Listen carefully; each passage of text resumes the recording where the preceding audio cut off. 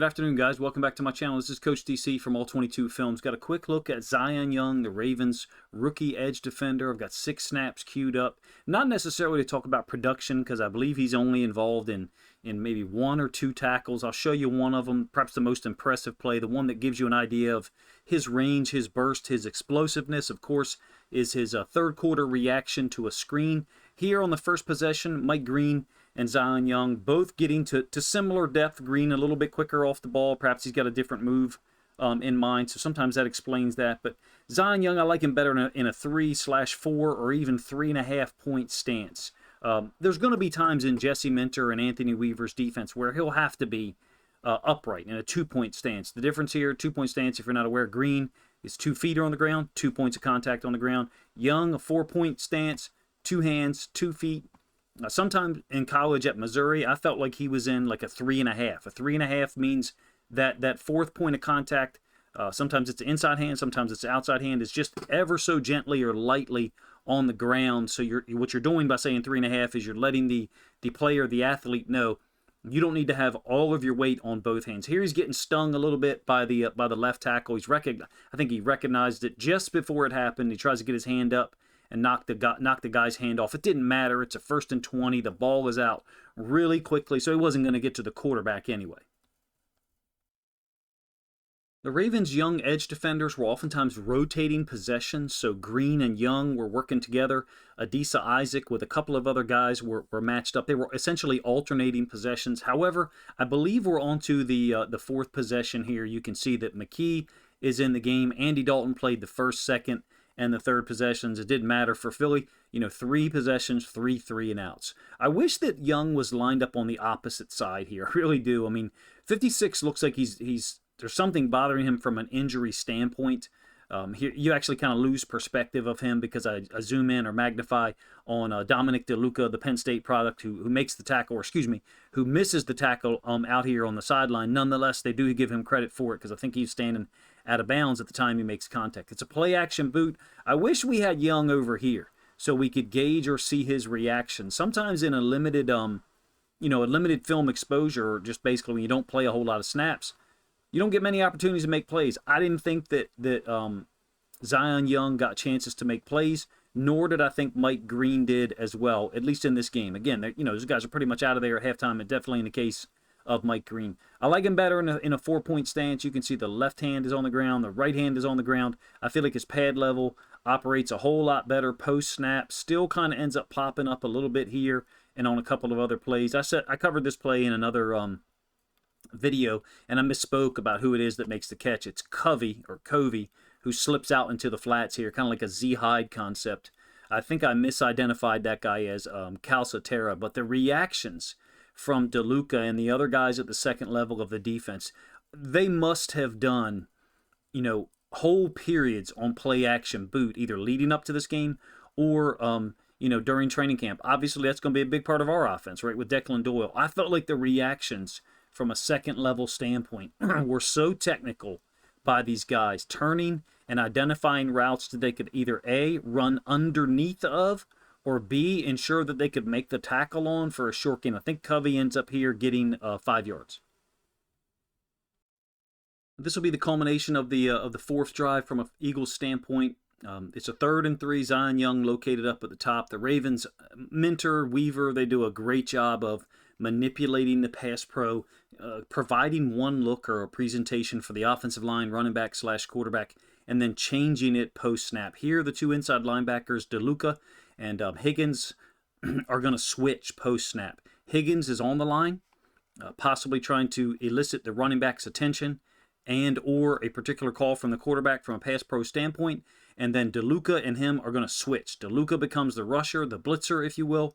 In addition, we drop Young out of here. I think we've got kind of like a quarter-half type coverage. And in this case, McKee makes the right decision for the routes that he has. You're getting the tight end running kind of a corner route, and the receiver bringing his route underneath, both of which would be sufficient, if caught, to gain the 1st down. Again, it's a 3rd and 3. Here, Young, inconsequential as far as what he's able to do from a pass rush or run defense standpoint. The only thing to say is obviously he's not at much depth, right? He is, however, at the line to gain on a 3rd and 3. Sometimes when you make these calls, dropping out edge defenders and or D tackles, you got to take that into consideration, that these guys are not going to get to the same depth as everybody else. You may not want to call them on a 3rd and 9 because they just simply won't get that much depth. Granted, Young is also 6'4" or possibly 6'5". Don't think I want to see him dropping out in coverage a whole lot. When I'm calling this a quarter half, I'm saying flat cover 6, which is how most people would refer to it. Flat defender, half defender, I think is Jackson. Quarter defender over here, quarter of the field over here. You've got a flat defender up here. Essentially, these two are matching each other or mirrored. The only difference is you actually got a corner down here at the bottom doing it, and that's a nickel. I think it's Keon Martin. And then 2 hook to curl droppers or hash droppers, if you will. Again, one of them is Higgins, who initially lined up on the line of scrimmage to give a certain look to the Eagles' offensive line. It's another shutout or another stop, 3 and out, I should say, for the Ravens defense. 4 in a row to open the game.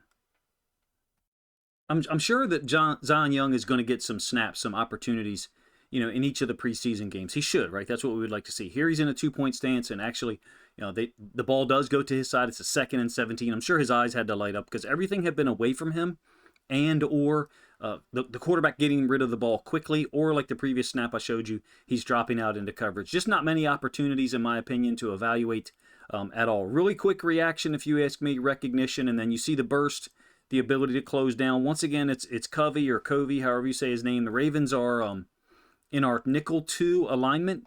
Martin is the force player. Martin's helmet is there. That's Zion Young's feet. In addition, I think that's Peebles there. So great pursuit. I'm sure that we have done similar to me talking about play action boot periods, where essentially the linebackers, defensive line, and even nickel DBs know that it's going to be play action boot. So you're just repping it. You're just practicing the reactions. Okay, the run action is going to my right as a defender. Therefore, the boot is generally, and the routes are going to generally flow to my left, okay? Or if the run action goes to my left, then the boot and the routes that are going to be run by the receiver/tight ends are generally going to flow to my right. You're just building in those reactions. Same thing stands for screens. You can do the same thing with athletes, with football players, young or old. And in this case, it looks like we've got these ingrained reactions. Watch the guys, the inside linebackers. I think Higgins is out of here at this point. So we got DeLuca still in, 57. And everyone is synced up from a reaction standpoint. This looks like a pursuit drill. All these guys turning and flowing quickly. Zion Young is the guy who makes first contact. Because he's got great range, superbly athletic, great desire to get to the football. You try being on the field for 10 or 12 plays and nothing happened to your side, and then the first thing that comes your way is a screen to a little tiny receiver. You want to go, put the hurt on him. In this case, it ends up being a gain of 5 yards, but it was on a 2nd and 17. Got 2 more plays queued up for you here. This is the ensuing snap on that 5th possession for Philly. It's a 3rd and 12 after that screen where Zion Young makes the tackle.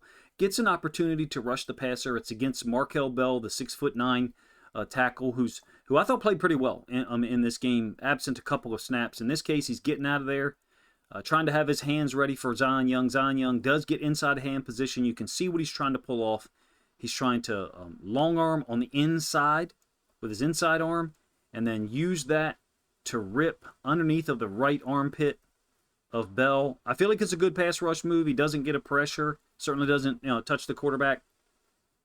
These are the types of moves to the top side I think we got to see more of in preseason. Meaning, when Zion Young gets out there, when it's 3rd and 8, I want to see him on the field next week, to be honest with you, because he was so much of a bull rush guy in college. Everything ended up being at this angle, in between, oftentimes in between the shoulders of the offensive tackle he was dealing with. I'd like to see more stuff where we're attacking half man. This is, not necessarily half man, but going to the top side and or speed to power. Zion Young, incredibly strong young man, great length, a desire to get to the football. I think he wants to be out on the field. I think he wants to make plays, and he's violent with his engagements with his hands and his finish as a tackler. I think we need to see more pass rush moves so that he can get film. Him and his coaches, can get film to evaluate, okay, what's working, what's not, how can we alter this or change things up in the next week or two. to try to put me in a better position to get to the quarterback quicker. Not saying it's a bad rush. I actually like that one a lot. I think the get off could be a little sooner. I'm going to talk about that a little bit here on the last play. Nonetheless, that was the 5th possession for Philly. You're talking about 20 plays, 50 yards total, and 2 first downs in entirety. Now, I'm going to give you this one from multiple angles. There's a reason for that. This is after the interception by Ringo. Fagnano, I thought, played really well. In my opinion, it was a poor decision with 2 or maybe 3 timeouts remaining inside of 30 seconds left in the second quarter to be making that throw. Nonetheless, a great play by Ringo, obviously. So Young is located off the left side. It's late in the second quarter. In fact, Philly only gets off 2 more snaps.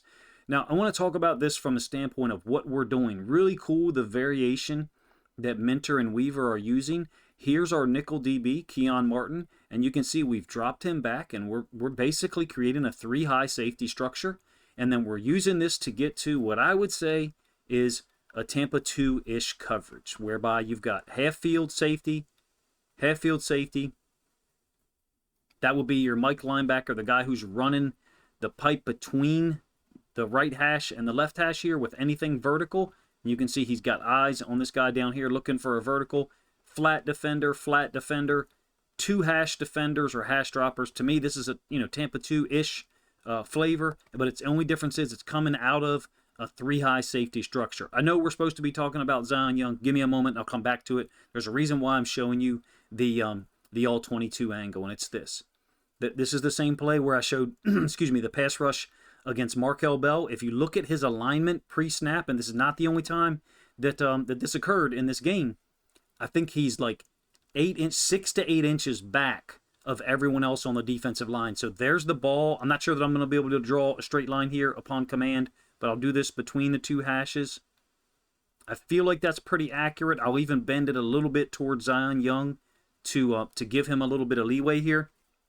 Hopefully you guys understand what I'm doing. Basically, I think he's set back a little bit. Sometimes you do that for a stunt. If you're going to have a TE stunt or an AT stunt, sometimes you want that timing to be differential. It's very similar to on certain play action concepts. You get the running back a little bit deeper, so the conflict, the elongation of the conflict, basically the inside linebacker is trying to figure out, has the ball been handed off or did the quarterback keep it? There's a longer period of time for that conflict sometimes if the running back is set deeper. So I'm not saying that there's not a reason to ever be lined up deep. However, that does not occur here. We're not running a stunt. We're not running a TE stunt. Zion Young is trying to actually pass rush against Markel Bell. I would like to see next week from the all-22 angle, does this happen? I did feel like in another rep during this game he was set back a little bit. I didn't notice it necessarily at Missouri at all.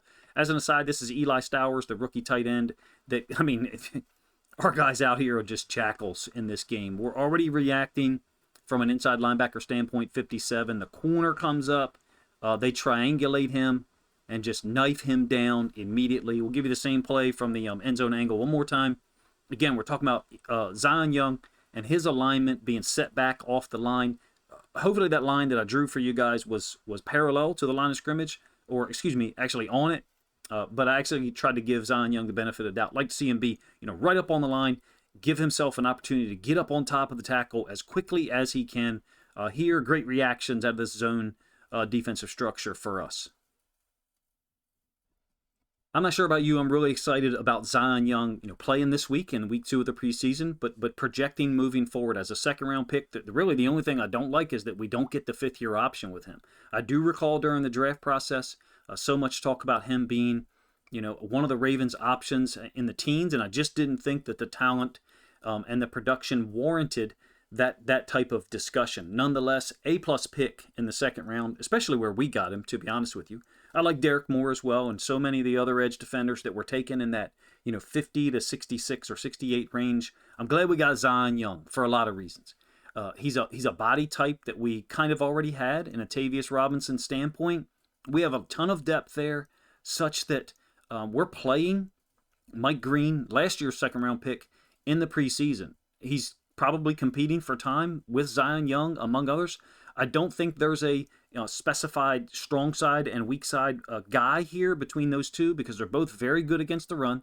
And I think they're both trying to expand on and develop their pass rush game. Clearly, Green was the more accomplished and more technical pass rusher in college. Nonetheless, the reality is those moves, especially the cross chop, the reliance on the cross chop, they haven't been winning at the NFL level for Green. Still good moves, still effective, sometimes getting quarterback pressures. I'm glad that we're playing these guys. I don't know about you. It's entirely possible that, unfortunately, a player gets hurt when we utilize them during the preseason. I would love to see the development of Zion Young accelerated.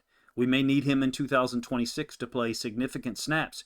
He may become one of those guys that plays 15, 18, 20 snaps a game, maximum energy, maximum effort, and a singular focus, whether that's rushing the passer, stopping the run, going against a particular offensive tackle in obvious pass rush situations. If you guys enjoyed this video, please let me know in the comments section. Here lately, been producing a ton of content because I don't know about you, I've been waiting for football season, and sometimes I'll get 6,000, 8,000 views on a video, if those numbers are to be believed, however, and only a couple hundred likes. Like the video if you liked it, and if you did not, then tell me why. And I've said this a couple of times, like straight up in the comment section, tell me what you did not like about this presentation or my analysis / evaluation of what Zion Young was trying to do. And in addition, finally, if you think other Ravens fans would like to hear my thoughts on Zion Young, as well as the 6 plays I used to talk about him, then please consider grabbing a link to this video, sharing it out on social media, so other Ravens fans can enjoy it as well. Appreciate you guys' time.